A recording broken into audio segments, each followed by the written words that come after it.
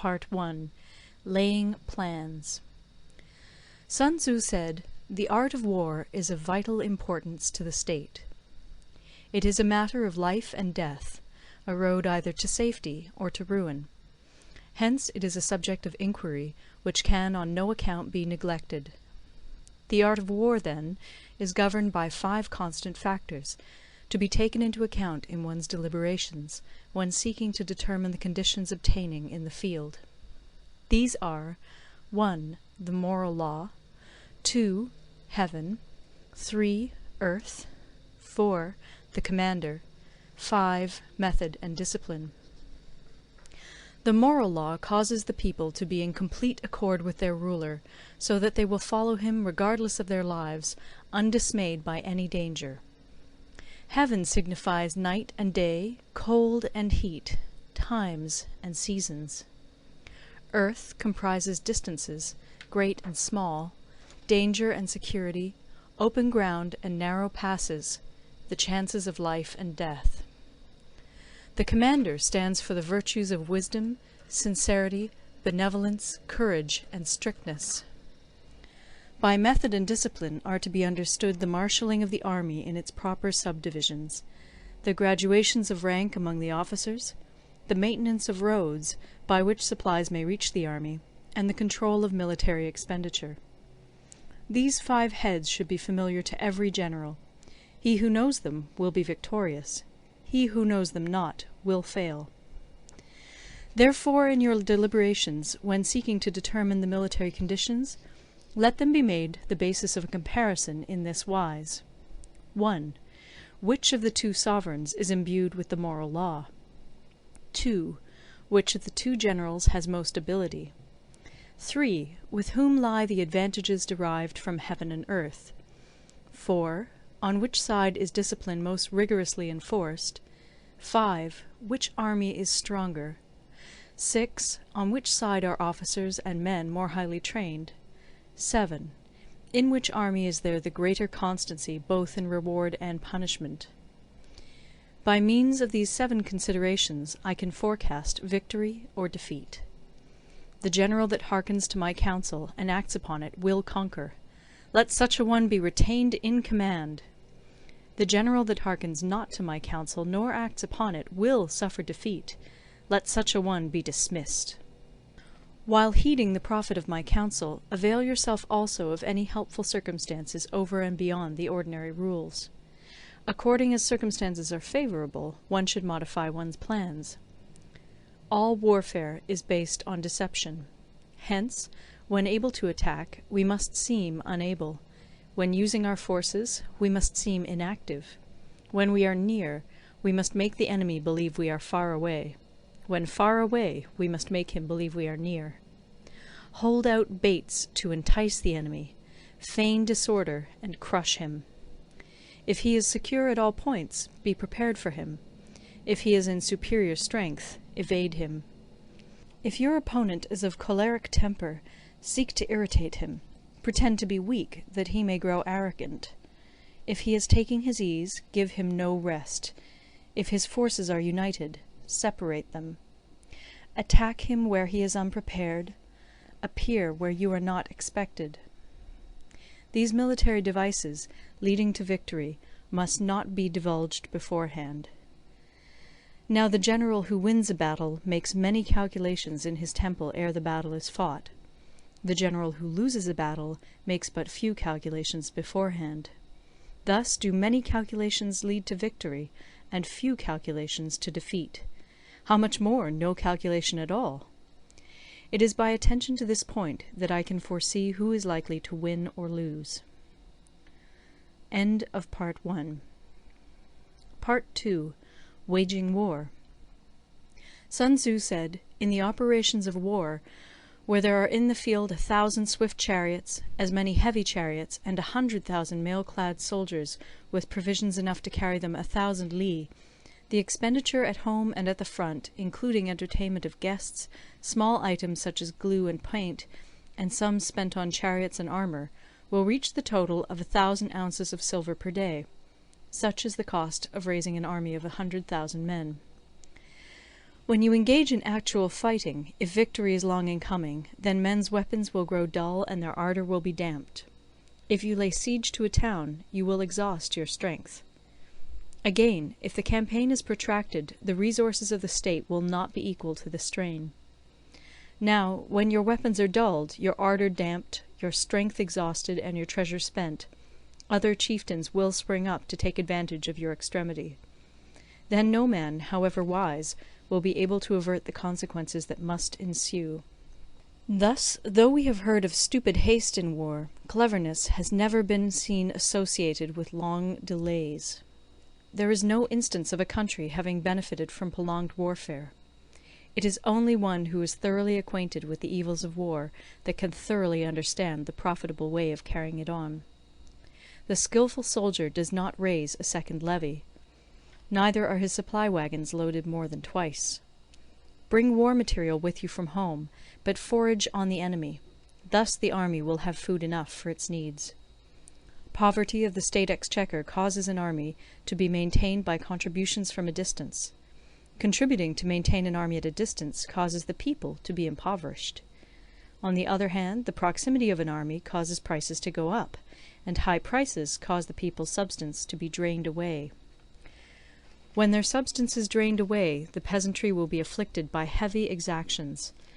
With this loss of substance and exhaustion of strength, the homes of the people will be stripped bare, and 3/10 of their income will be dissipated, while government expenses for broken chariots, worn-out horses, breastplates and helmets, bows and arrows, spears and shields, protective mantles, draught oxen, and heavy wagons will amount to 4/10 of its total revenue.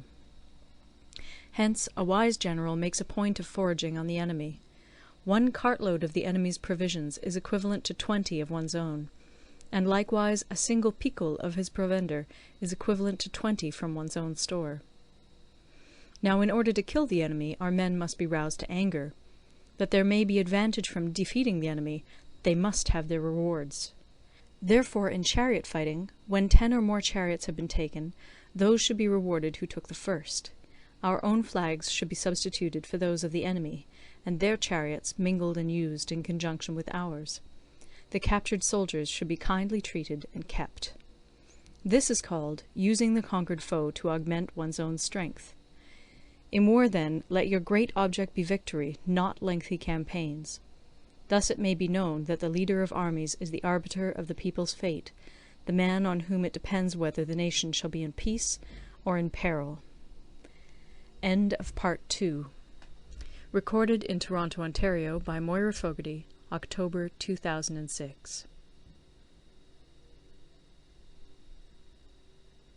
Part 3. Attack by Stratagem. Sun Tzu said, "In the practical art of war, the best thing of all is to take the enemy's country whole and intact. To shatter and destroy it is not so good. So, too, it is better to recapture an army entire than to destroy it, to capture a regiment, a detachment, or a company entire than to destroy them. Hence, to fight and conquer in all your battles is not supreme excellence. Supreme excellence consists in breaking the enemy's resistance without fighting. Thus, the highest form of generalship is to balk the enemy's plans. The next best is to prevent the junction of the enemy's forces. The next in order is to attack the enemy's army in the field, and the worst policy of all is to besiege walled cities. The rule is, not to besiege walled cities if it can possibly be avoided. The preparation of mantlets, movable shelters, and various implements of war will take up 3 whole months, and the piling up of mounds against the walls will take 3 months more. The general, unable to control his irritation, will launch his men to the assault like swarming ants, with the result that 1/3 of his men are slain, while the town still remains untaken. Such are the disastrous effects of a siege. Therefore the skilful leader subdues the enemy's troops without any fighting. He captures their cities without laying siege to them. He overthrows their kingdom without lengthy operations in the field. With his forces intact, he will dispute the mastery of the empire, and thus, without losing a man, his triumph will be complete. This is the method of attacking by stratagem. It is the rule in war, if our forces are 10 to the enemy's 1, to surround him; if 5 to 1, to attack him; if twice as numerous, to divide our army into two. If equally matched, we can offer battle. If slightly inferior in numbers, we can avoid the enemy. If quite unequal in every way, we can flee from him. Hence, though an obstinate fight may be made by a small force, in the end it must be captured by the larger force. Now the general is the bulwark of the state. If the bulwark is complete at all points, the state will be strong. If the bulwark is defective, the state will be weak. There are three ways in which a ruler can bring misfortune upon his army. 1. By commanding the army to advance or to retreat, being ignorant of the fact that it cannot obey. This is called hobbling the army. 2. By attempting to govern an army in the same way as he administers a kingdom, being ignorant of the conditions which obtain in an army. This causes restlessness in the soldiers' minds. 3. By employing the officers of his army without discrimination through ignorance of the military principle of adaptation to circumstances. This shakes the confidence of the soldiers. But when the army is restless and distrustful, trouble is sure to come from the other feudal princes. This is simply bringing anarchy into the army, and flinging victory away. Thus we may know that there are 5 essentials for victory. 1. He will win who knows when to fight and when not to fight. 2. He will win who knows how to handle both superior and inferior forces. 3. He will win whose army is animated by the same spirit throughout all its ranks. 4. He will win who, prepared himself, waits to take the enemy unprepared. 5. He will win who has military capacity and is not interfered with by the sovereign. Hence the saying, if you know the enemy and know yourself, you need not fear the result of 100 battles. If you know yourself, but not the enemy, for every victory gained you will also suffer a defeat. If you know neither the enemy nor yourself, you will succumb in every battle. End of Part 3. Part 4. Tactical Dispositions. Sun Tzu said, "The good fighters of old first put themselves beyond the possibility of defeat, and then waited for an opportunity of defeating the enemy. To secure ourselves against defeat lies in our own hands, but the opportunity of defeating the enemy is provided by the enemy himself. Thus the good fighter is able to secure himself against defeat, but cannot make certain of defeating the enemy. Hence the saying, one may know how to conquer without being able to do it." Security against defeat implies defensive tactics. Ability to defeat the enemy means taking the offensive. Standing on the defensive indicates insufficient strength. Attacking, a superabundance of strength. The general who is skilled in defence hides in the most secret recesses of the earth. He who is skilled in attack flashes forth from the topmost heights of heaven. Thus, on the one hand, we have ability to protect ourselves, on the other, a victory that is complete. To see victory only when it is within the ken of the common herd is not the acme of excellence. Neither is it the acme of excellence if you fight and conquer, and the whole empire says, "Well done!" To lift an autumn hare is no sign of great strength. To see the sun and moon is no sign of sharp sight. To hear the noise of thunder is no sign of a quick ear.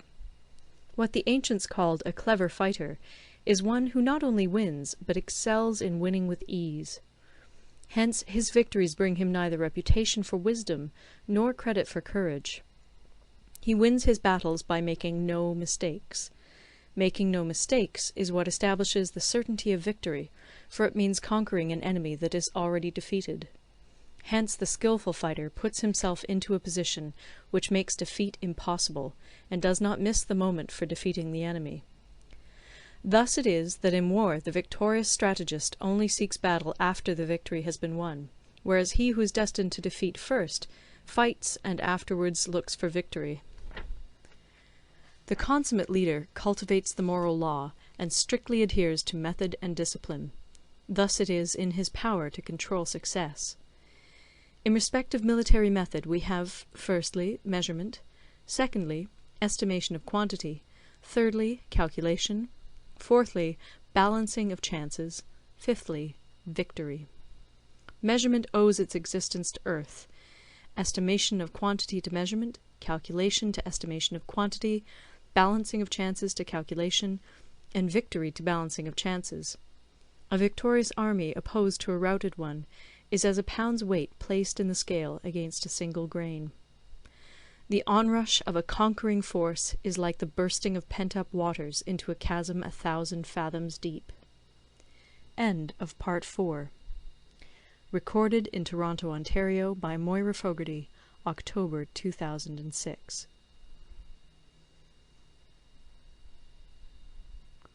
Part 5.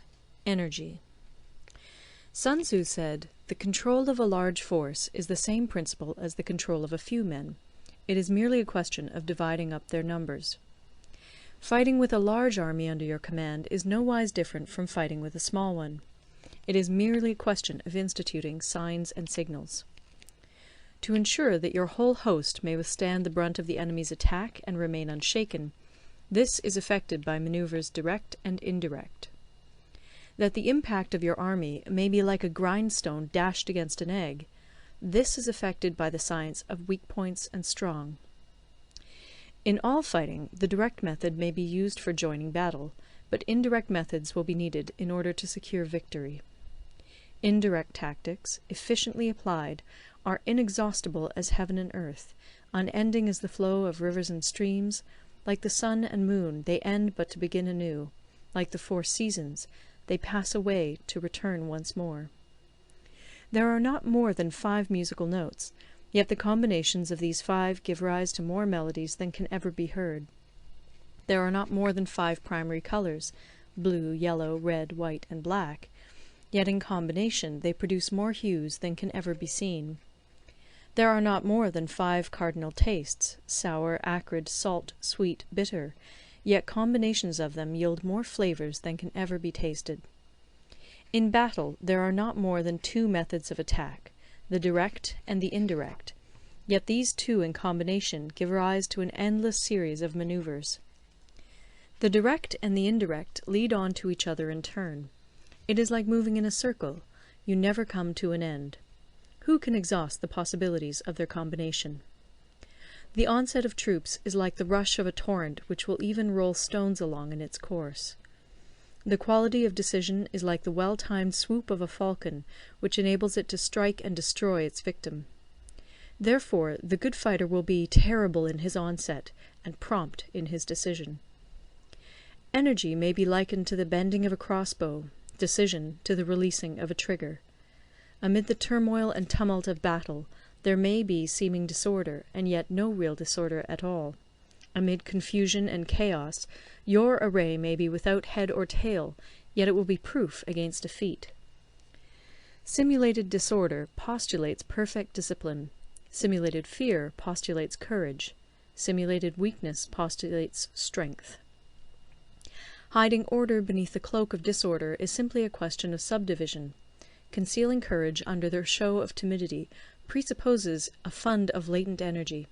Masking strength with weakness is to be effected by tactical dispositions. Thus, one who is skilful at keeping the enemy on the move maintains deceitful appearances, according to which the enemy will act. He sacrifices something that the enemy may snatch at it. By holding out baits, he keeps him on the march. Then, with a body of picked men, he lies in wait for him. The clever combatant looks to the effect of combined energy, and does not require too much from individuals. Hence his ability to pick out the right men and utilize combined energy. When he utilizes combined energy, his fighting men become as it were like unto rolling logs or stones, for it is the nature of a log or stone to remain motionless on level ground, and to move when on a slope. If four-cornered, to come to a standstill, but if round-shaped, to go rolling down. Thus the energy developed by good fighting men is as the momentum of a round stone rolled down a mountain thousands of feet in height. So much on the subject of energy. End of Part 5. Part 6. Weak Points and Strong. Sun Tzu said, "Whoever is first in the field and awaits the coming of the enemy will be fresh for the fight. Whoever is second in the field and has to hasten to battle will arrive exhausted." Therefore, the clever combatant imposes his will on the enemy, but does not allow the enemy's will to be imposed on him.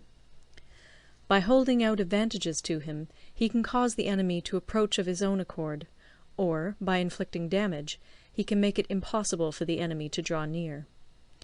If the enemy is taking his ease, he can harass him. If well supplied with food, he can starve him out.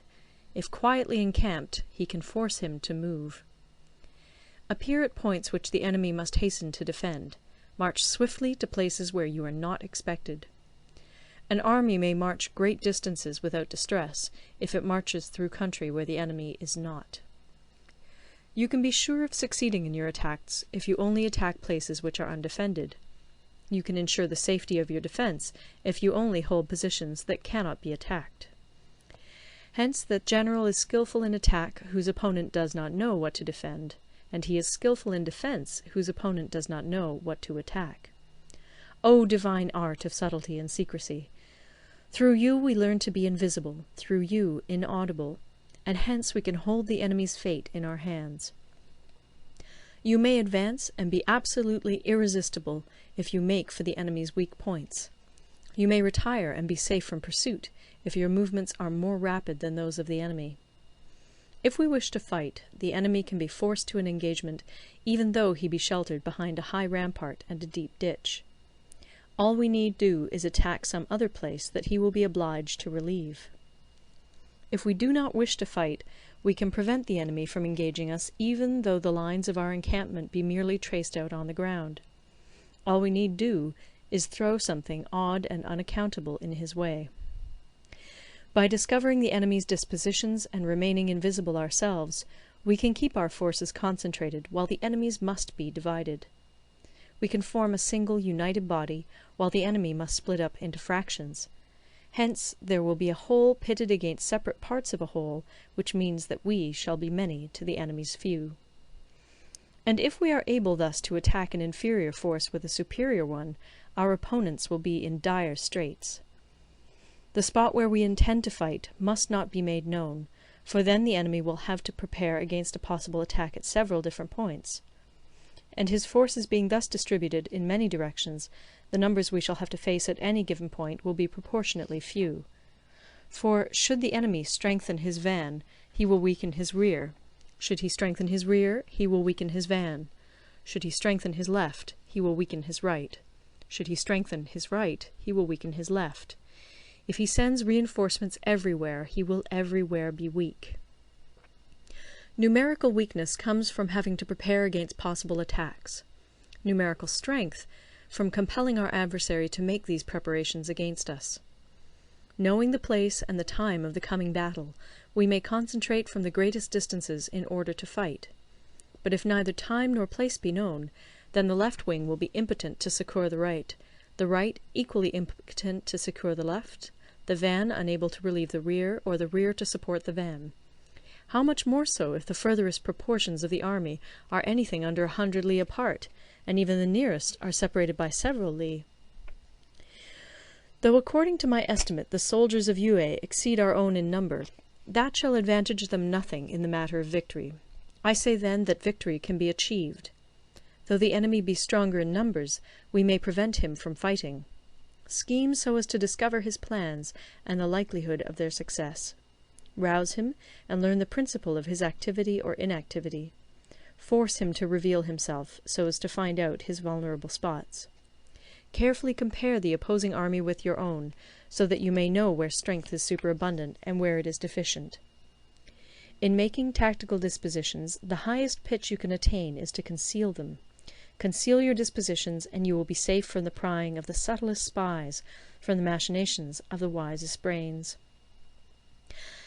How victory may be produced for them out of the enemy's own tactics, that is what the multitude cannot comprehend. All men can see the tactics whereby I conquer, but what none can see is the strategy out of which victory is evolved. Do not repeat the tactics which have gained you one victory, but let your methods be regulated by the infinite variety of circumstances. Military tactics are like unto water, for water in its natural course runs away from high places and hastens downwards. So in war, the way is to avoid what is strong and to strike at what is weak. Water shapes its course according to the nature of the ground over which it flows.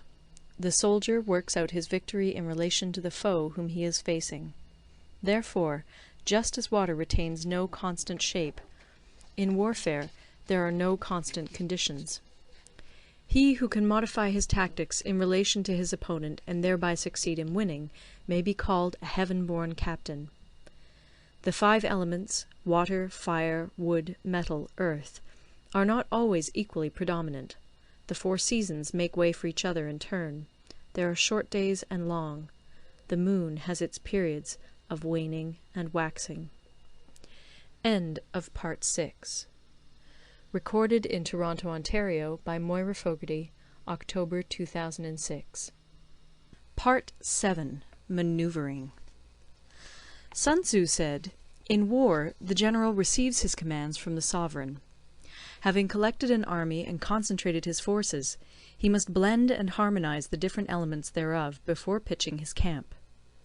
After that comes tactical maneuvering, than which there is nothing more difficult. The difficulty of tactical maneuvering consists in turning the devious into the direct, and misfortune into gain. Thus, to take a long and circuitous route, after enticing the enemy out of the way, and those starting after him, to contrive to reach the goal before him, shows knowledge of the artifice of deviation. Maneuvering with an army is advantageous, with an undisciplined multitude most dangerous. If you set a fully equipped army in march in order to snatch an advantage, the chances are that you will be too late. On the other hand, to detach a flying column for the purpose involves the sacrifice of its baggage and stores. Thus, if you order your men to roll up their buff coats and make forced marches without halting day or night, covering double the usual distance at a stretch, doing 100 li in order to wrest an advantage, the leaders of all your 3 divisions will fall into the hands of the enemy. The stronger men will be in front, the jaded ones will fall behind, and on this plan only 1/10 of your army will reach its destination. If you march 50 li in order to outmaneuver the enemy, you will lose the leader of your first division, and only half your force will reach the goal. If you march 30 li with the same object, 2/3 of your army will arrive.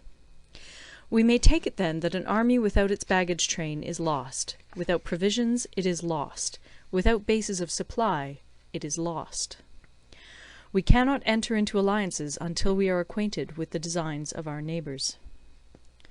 We are not fit to lead an army on the march unless we are familiar with the face of the country, its mountains and forests, its pitfalls and precipices, its marshes and swamps. We shall be unable to turn natural advantage to account unless we make use of local guides. In war, practice dissimulation and you will succeed. Whether to concentrate or to divide your troops must be decided by circumstances. Let your rapidity be that of the wind, your compactness that of the forest. In raiding and plundering be like fire, in immovability like a mountain. Let your plans be dark, and impenetrable as night, and when you move, fall like a thunderbolt. When you plunder a countryside, let the spoil be divided amongst your men. When you capture new territory, cut it up into allotments for the benefit of the soldiery. Ponder and deliberate before you make a move. He will conquer who has learnt the artifice of deviation. Such is the art of manoeuvring. The Book of Army Management says, "On the field of battle, the spoken word does not carry far enough. Hence the institution of gongs and drums. Nor can ordinary objects be seen clearly enough. Hence the institution of banners and flags. Gongs and drums, banners and flags, are means whereby the ears and eyes of the host may be focused on one particular point. The host thus forming a single united body, it is impossible either for the brave to advance alone, or for the cowardly to retreat alone. This is the art of handling large masses of men. In night fighting, then, make much use of signal flyers and drums, and in fighting by day, of flags and banners, as a means of influencing the ears and eyes of your army. A whole army may be robbed of its spirit. A commander-in-chief may be robbed of his presence of mind. Now, a soldier's spirit is keenest in the morning, by noonday it has begun to flag, and in the evening his mind is bent only on returning to camp.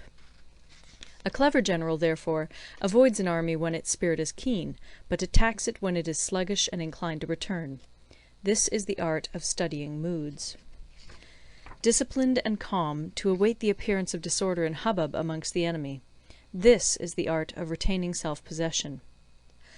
To be near the goal while the enemy is still far from it, to wait at ease while the enemy is toiling and struggling, to be well fed while the enemy is famished. This is the art of husbanding one's strength.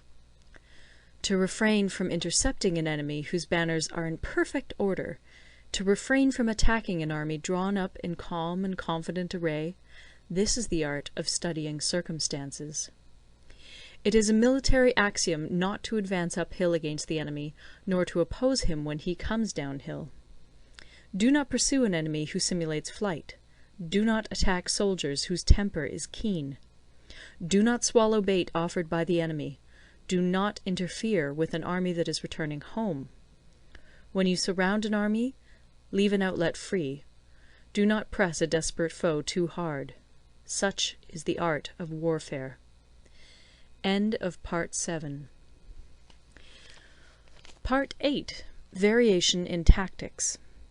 Sun Tzu said, "In war, the general receives his commands from the sovereign, collects his army, and concentrates his forces. When in difficult country, do not encamp. In country where highroads intersect, join hands with your allies. Do not linger in dangerously isolated positions. In hemmed-in situations, you must resort to stratagem. In desperate position, you must fight. There are roads which must not be followed, armies which must not be attacked, towns which must not be besieged, positions which must not be contested, commands of the sovereign which must not be obeyed." The general who thoroughly understands the advantages that accompany variation of tactics knows how to handle his troops. The general who does not understand these may be well acquainted with the configuration of the country, yet he will not be able to turn his knowledge to practical account. So, the student of war who is unversed in the art of war of varying his plans, even though he be acquainted with the 5 advantages, will fail to make the best use of his men. Hence, in the wise leader's plans, considerations of advantage and of disadvantage will be blended together. If our expectation of advantage be tempered in this way, we may succeed in accomplishing the essential part of our schemes. If, on the other hand, in the midst of difficulties we are always ready to seize an advantage, we may extricate ourselves from misfortune. Reduce the hostile chiefs by inflicting damage on them, and make trouble for them, and keep them constantly engaged. Hold out specious allurements, and make them rush to any given point. The art of war teaches us to rely not on the likelihood of the enemy's not coming, but on our own readiness to receive him, not on the chance of his not attacking, but rather on the fact that we have made our position unassailable. There are 5 dangerous faults which may affect a general. 1. Recklessness, which leads to destruction. 2. Cowardice, which leads to capture. 3. A hasty temper, which can be provoked by insults. 4. A delicacy of honour, which is sensitive to shame. 5. Over-solicitude for his men, which exposes him to worry and trouble.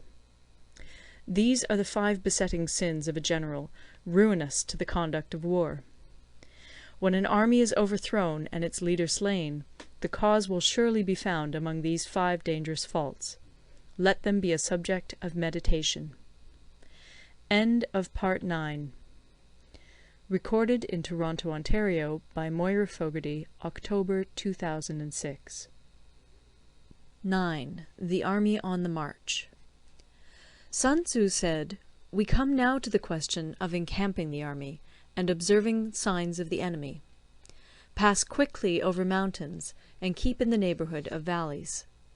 Camp in high places, facing the sun. Do not climb heights in order to fight."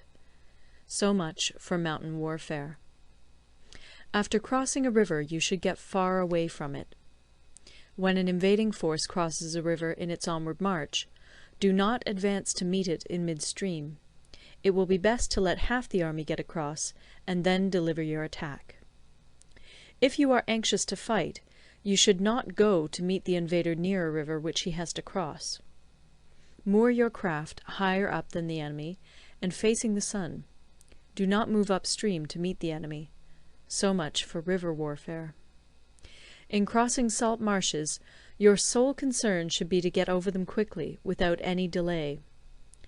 If forced to fight in a salt marsh, you should have water and grass near you, and get your back to a clump of trees. So much for operations in salt marshes. In dry, level country, take up an easily accessible position with rising ground to your right and on your rear, so that the danger may be in front and safety lie behind. So much for campaigning in flat country. These are the 4 useful branches of military knowledge which enabled the Yellow Emperor to vanquish 4 several sovereigns. All armies prefer high ground to low, and sunny places to dark. If you are careful of your men and camp on hard ground, the army will be free from disease of every kind, and this will spell victory. When you come to a hill or a bank, occupy the sunny side, with the slope on your right rear. Thus you will at once act for the benefit of your soldiers, and utilize the natural advantages of the ground. When, in consequence of heavy rains up country, a river which you wish to ford is swollen and flecked with foam, you must wait until it subsides. Country in which there are precipitous cliffs with torrents running between, deep natural hollows, confined places, tangled thickets, quagmires, and crevasses, should be left with all possible speed and not approached. While we keep away from such places, we should get the enemy to approach them. While we face them, we should let the enemy have them on his rear. If in the neighbourhood of your camp there should be any hilly country, ponds surrounded by aquatic grass, hollow basins filled with reeds, or woods with thick undergrowth, they must be carefully routed out and searched, for these are places where men in ambush or insidious spies are likely to be lurking. When the enemy is close at hand and remains quiet, he is relying on the natural strength of his position. When he keeps aloof and tries to provoke a battle, he is anxious for the other side to advance. If his place of encampment is easy of access, he is tendering a bait. Movement amongst the trees of a forest shows that the enemy is advancing. The appearance of a number of screens in the midst of thick grass means that the enemy wants to make us suspicious. The rising of birds in their flight is the sign of an ambuscade. Startled beasts indicate that a sudden attack is coming.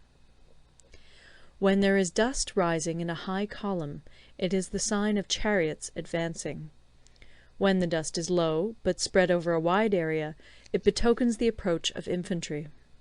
When it branches out in different directions, it shows that parties have been sent to collect firewood. A few clouds of dust, moving to and fro, signify that the army is encamping. Humble words and increased preparations are signs that the enemy is about to advance. Violent language and driving forward as if to the attack are signs that he will retreat. When the light chariots come out first and take up a position on the wings, it is a sign that the enemy is forming for battle. Peace proposals unaccompanied by a sworn covenant indicate a plot. When there is much running about, and the soldiers fall into rank, it means that the critical moment has come. When some are seen advancing and some retreating, it is a lure. When the soldiers stand leaning on their spears, they are faint from want of food. If those who are sent to draw water begin by drinking themselves, the army is suffering from thirst. If the enemy sees an advantage to be gained and makes no effort to secure it, the soldiers are exhausted. If birds gather on any spot, it is unoccupied. Clamour by night betokens nervousness. If there is a disturbance in the camp, the general's authority is weak. If the banners and flags are shifted about, sedition is afoot. If the officers are angry, it means that the men are weary. When an army feeds its horses with grain and kills its cattle for food, and when the men do not hang their cooking pots over the campfires, showing that they will not return to their tents, you may know that they are determined to fight to the death. The sight of men whispering together in small knots, or speaking in subdued tones, points to disaffection amongst the rank and file. Too frequent rewards signify that the enemy is at the end of his resources. Too many punishments betray a condition of dire distress. To begin by bluster, but afterwards to take fright at the enemy's numbers, shows a supreme lack of intelligence. When envoys are sent with compliments in their mouths, it is a sign that the enemy wishes for a truce. If the enemy's troops march up angrily and remain facing ours for a long time without either joining battle or taking themselves off again, the situation is one that demands great vigilance and circumspection. If our troops are no more in number than the enemy, that is amply sufficient. It only means that no direct attack can be made. What we can do is simply to concentrate all our available strength, keep a close watch on the enemy, and obtain reinforcements. He who exercises no forethought, but makes light of his opponents, is sure to be captured by them. If soldiers are punished before they have grown attached to you, they will not prove submissive. And, unless submissive, they will be practically useless. If, when the soldiers have become attached to you, punishments are not enforced, they will still be useless. Therefore, soldiers must be treated in the first instance with humanity, but kept under control by means of iron discipline. This is a certain road to victory. If in training soldiers commands are habitually enforced, the army will be well disciplined. If not, its discipline will be bad. If a general shows confidence in his men, but always insists on his orders being obeyed, the gain will be mutual. End of Part 9. Part 10. Terrain. Sun Tzu said, we may distinguish 6 kinds of terrain, to wit, 1. Accessible ground, 2. Entangling ground, 3. Temporizing ground, 4. Narrow passes, 5. Precipitous heights, 6. Positions at a great distance from the enemy. Ground which can be freely traversed by both sides is called accessible. With regard to ground of this nature, be before the enemy in occupying the raised and sunny spots, and carefully guard your line of supplies. Then you will be able to fight with advantage. Ground which can be abandoned but is hard to reoccupy is called entangling. From a position of this sort, if the enemy is unprepared, you may sally forth and defeat him. But if the enemy is prepared for your coming, and you fail to defeat him, then, return being impossible, disaster will ensue. When the position is such that neither side will gain by making the first move, it is called temporizing ground. In a position of this sort, even though the enemy should offer us an attractive bait, it will be advisable not to stir forth, but rather to retreat, thus enticing the enemy in his turn. Then, when part of his army has come out, we may deliver our attack with advantage. With regard to narrow passes, if you can occupy them first, let them be strongly garrisoned and await the advent of the enemy. Should the army forestall you in occupying a pass, do not go after him if the pass is fully garrisoned, but only if it is weakly garrisoned. With regard to precipitous heights, if you are beforehand with your adversary, you should occupy the raised and sunny spots, and there wait for him to come up. If the enemy has occupied them before you, do not follow him, but retreat, and try to entice him away. If you are situated at a great distance from the enemy, and the strength of the two armies is equal, it is not easy to provoke a battle, and fighting will be to your disadvantage. These 6 are the principles connected with earth. The general who's attained a responsible post must be careful to study them. Now, an army is exposed to 6 several calamities, not arising from natural causes, but from faults for which the general is responsible. These are 1. Flight, 2. Insubordination, 3. Collapse, 4. Ruin, 5. Disorganization, 6. Rout. Other conditions being equal, if one force is hurled against another 10 times its size, the result will be the flight of the former. When the common soldiers are too strong and their officers too weak, the result is insubordination. When the officers are too strong, and the common soldiers too weak, the result is collapse.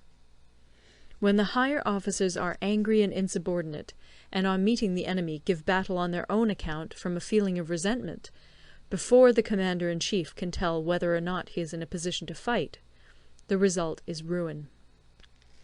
When the general is weak and without authority, when his orders are not clear and distinct, when there are no fixed duties assigned to officers and men, and the ranks are formed in a slovenly, haphazard manner, the result is utter disorganization. When a general, unable to estimate the enemy's strength, allows an inferior force to engage a larger one, or hurls a weak detachment against a powerful one, and neglects to place picked soldiers in the front rank, the result must be rout. These are 6 ways of courting defeat, which must be carefully noted by the general who has attained a responsible post. The natural formation of the country is the soldier's best ally, but a power of estimating the adversary, of controlling the forces of victory, and of shrewdly calculating difficulties, dangers, and distances, constitutes the test of a great general. He who knows these things, and in fighting puts his knowledge into practice, will win his battles. He who knows them not, nor practices them, will surely be defeated. If fighting is sure to result in victory, then you must fight, even though the ruler forbid it. If fighting will not result in victory, then you must not fight even at the ruler's bidding. The general who advances without coveting fame, and retreats without fearing disgrace, whose only thought is to protect his country and do good service for his sovereign, is the jewel of the kingdom. Regard your soldiers as your children, and they will follow you into the deepest valleys. Look upon them as your own beloved sons, and they will stand by you even unto death. If, however, you are indulgent, but unable to make your authority felt, kind-hearted, but unable to enforce your commands, and incapable, moreover, of quelling disorder, then your soldiers must be likened to spoilt children. They are useless for any practical purpose. If we know that our own men are in a condition to attack, but are unaware that the enemy is not open to attack, we have gone only half-way towards victory. If we know that the enemy is open to attack, but are unaware that our own men are not in a condition to attack, we have gone only half-way towards victory.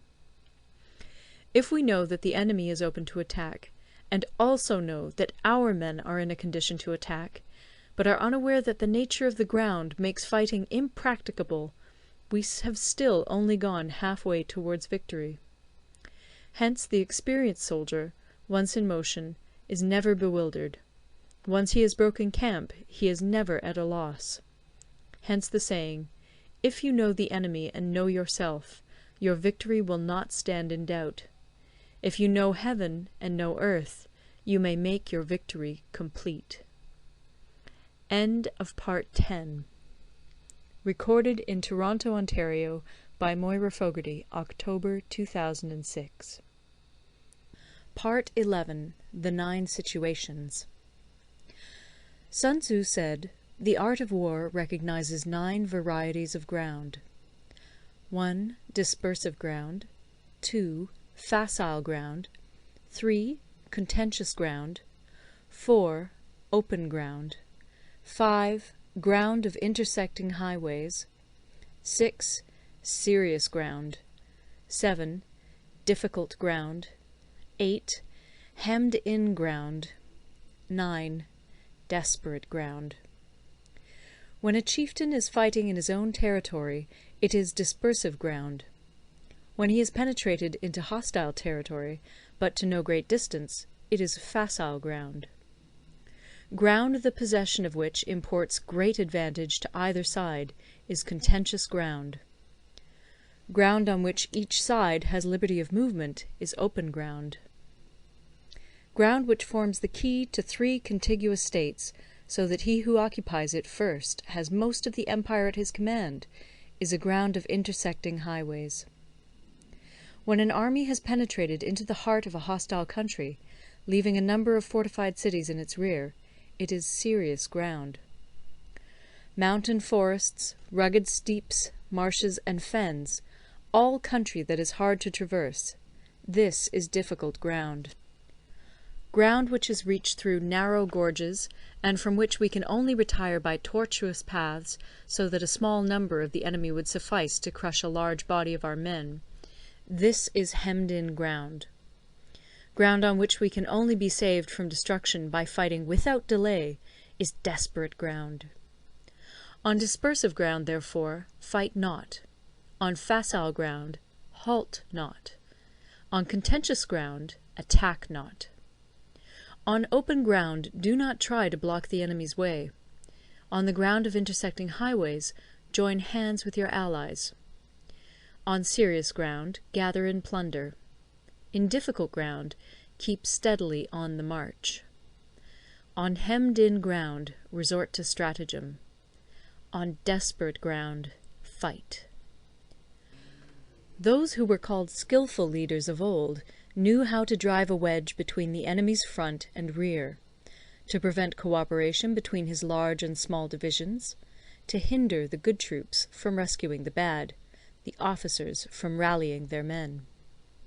When the enemy's men were united, they managed to keep them in disorder. When it was to their advantage, they made a forward move. When otherwise, they stopped still. If asked how to cope with a great host of the enemy in orderly array, and on the point of marching to the attack, I should say, begin by seizing something which your opponent holds dear. Then he will be amenable to your will. Rapidity is the essence of war.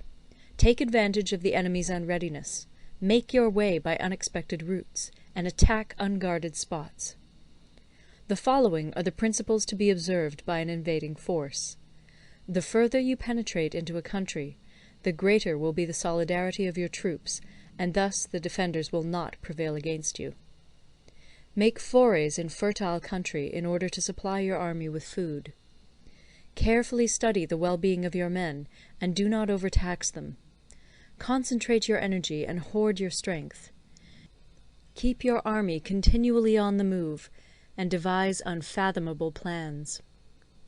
Throw your soldiers into positions whence there is no escape, and they will prefer death to flight. If they will face death, there is nothing they may not achieve. Officers and men alike will put forth their uttermost strength. Soldiers, when in desperate straits, lose the sense of fear. If there is no place of refuge, they will stand firm.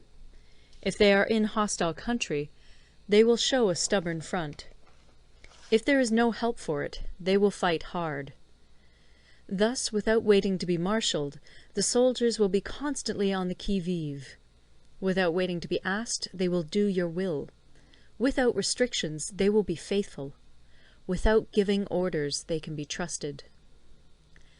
Prohibit the taking of omens, and do away with superstitious doubts. Then, until death itself comes, no calamity need be feared.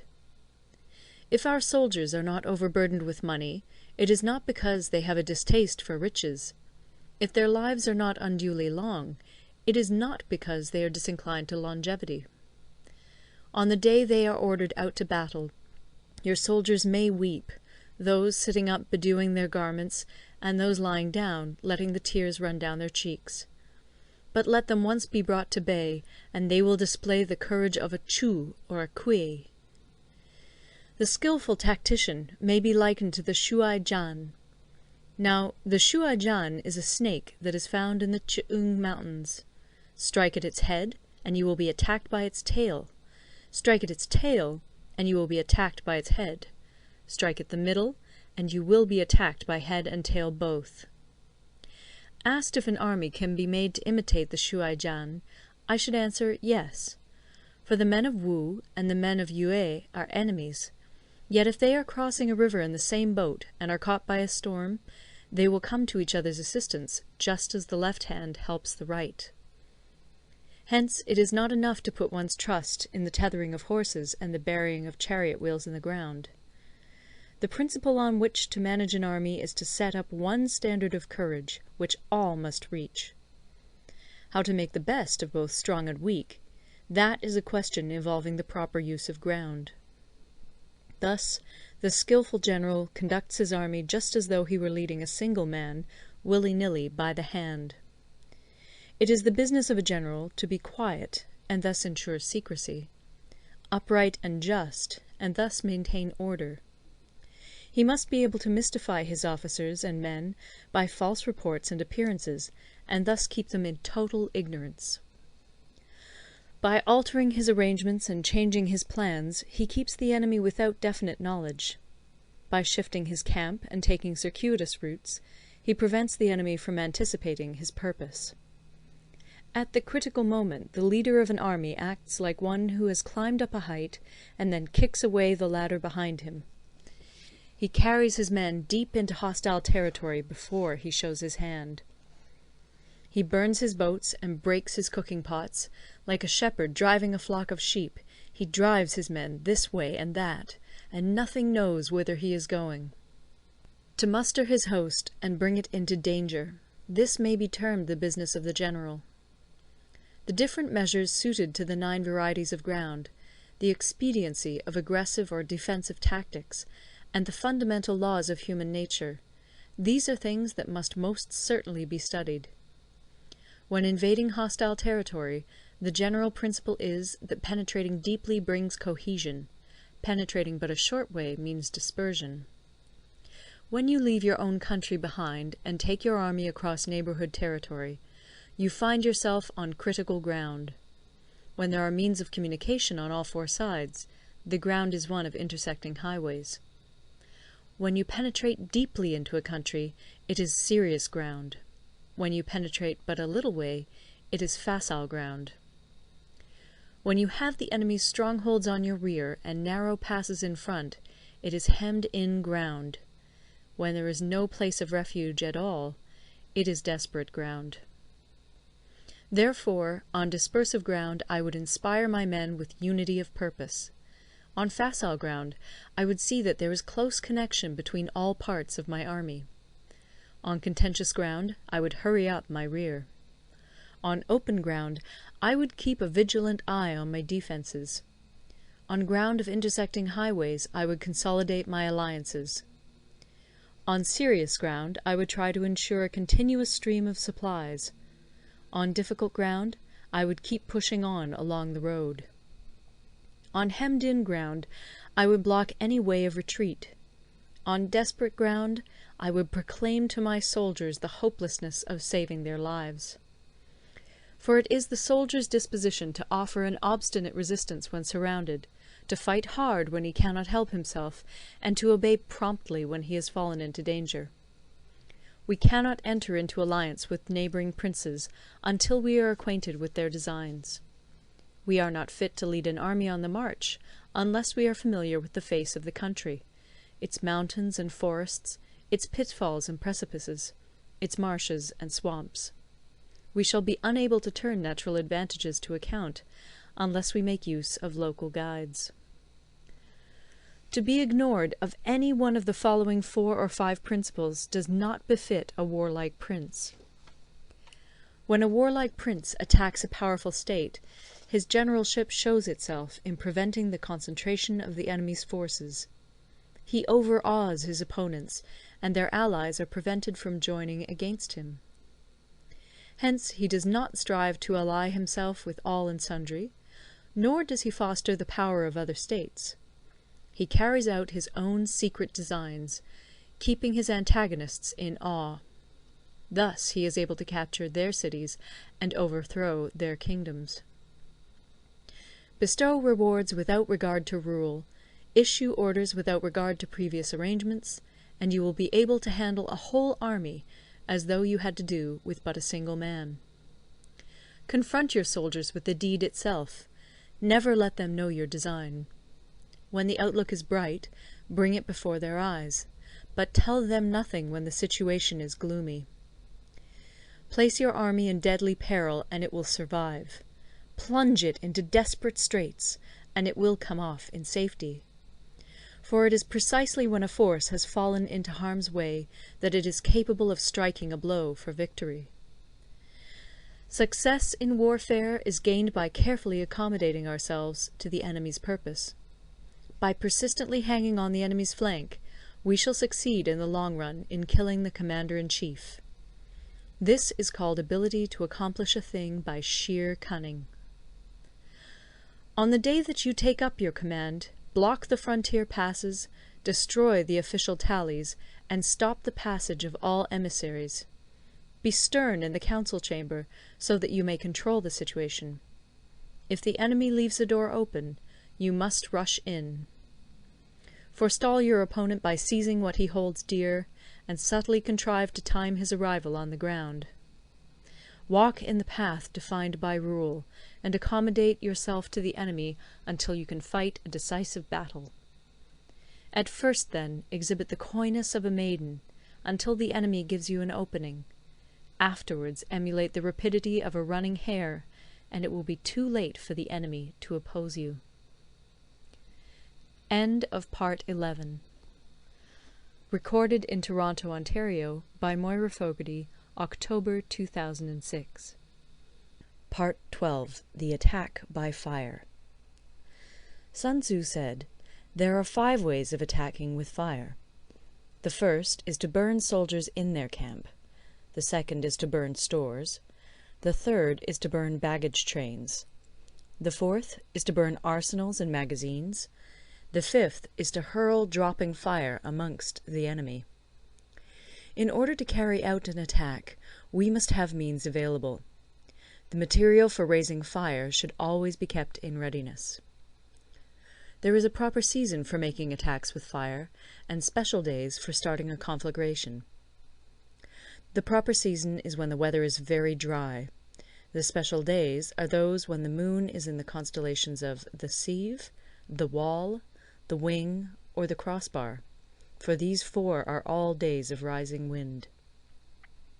In attacking with fire, one should be prepared to meet 5 possible developments. 1. When fire breaks out inside to enemy's camp, respond at once with an attack from without. 2. If there is an outbreak of fire, but the enemy's soldiers remain quiet, bide your time and do not attack. 3. When the force of the flames has reached its height, follow it up with an attack, if that is practicable. If not, stay where you are. 4. If it is possible to make an assault with fire from without, do not wait for it to break out within, but deliver your attack at a favourable moment. 5. When you start a fire, be to windward of it. Do not attack from the leeward. A wind that rises in the daytime lasts long, but a night breeze soon falls. In every army, the 5 developments connected with fire must be known, the movements of the stars calculated, and a watch kept for the proper days. Hence, those who use fire as an aid to the attack show intelligence.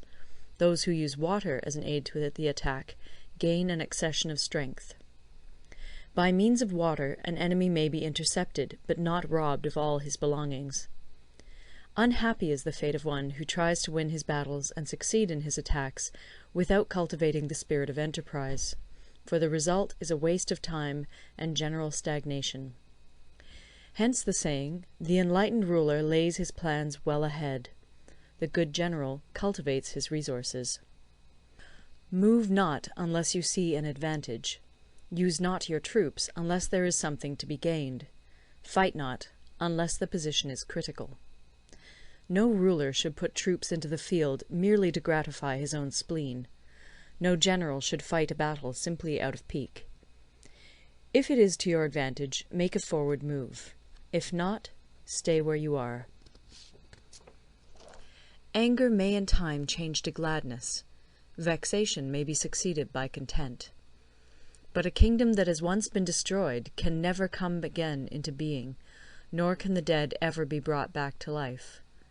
Hence the enlightened ruler is heedful, and the good general full of caution. This is the way to keep a country at peace and an army intact. End of Part 12. Part 13. The Use of Spies. Sun Tzu said, "Raising a host of 100,000 men and marching them great distances entails heavy loss on the people and a drain on the resources of the state. The daily expenditure will amount to 1,000 ounces of silver. There will be commotion at home and abroad, and men will drop down exhausted on the highways. As many as 700,000 families will be impeded in their labour. Hostile armies may feast each other for years, striving for the victory which is decided in a single day. This being so, to remain in ignorance of the enemy's conditions simply because one grudges the outlay of 100 ounces of silver in honours and emoluments is the height of inhumanity. One who acts thus is no leader of men, no present help to his sovereign, no master of victory. Thus, what enables the wise sovereign and the good general to strike and conquer and achieve things beyond the reach of ordinary men is foreknowledge. Now, this foreknowledge cannot be elicited from spirits.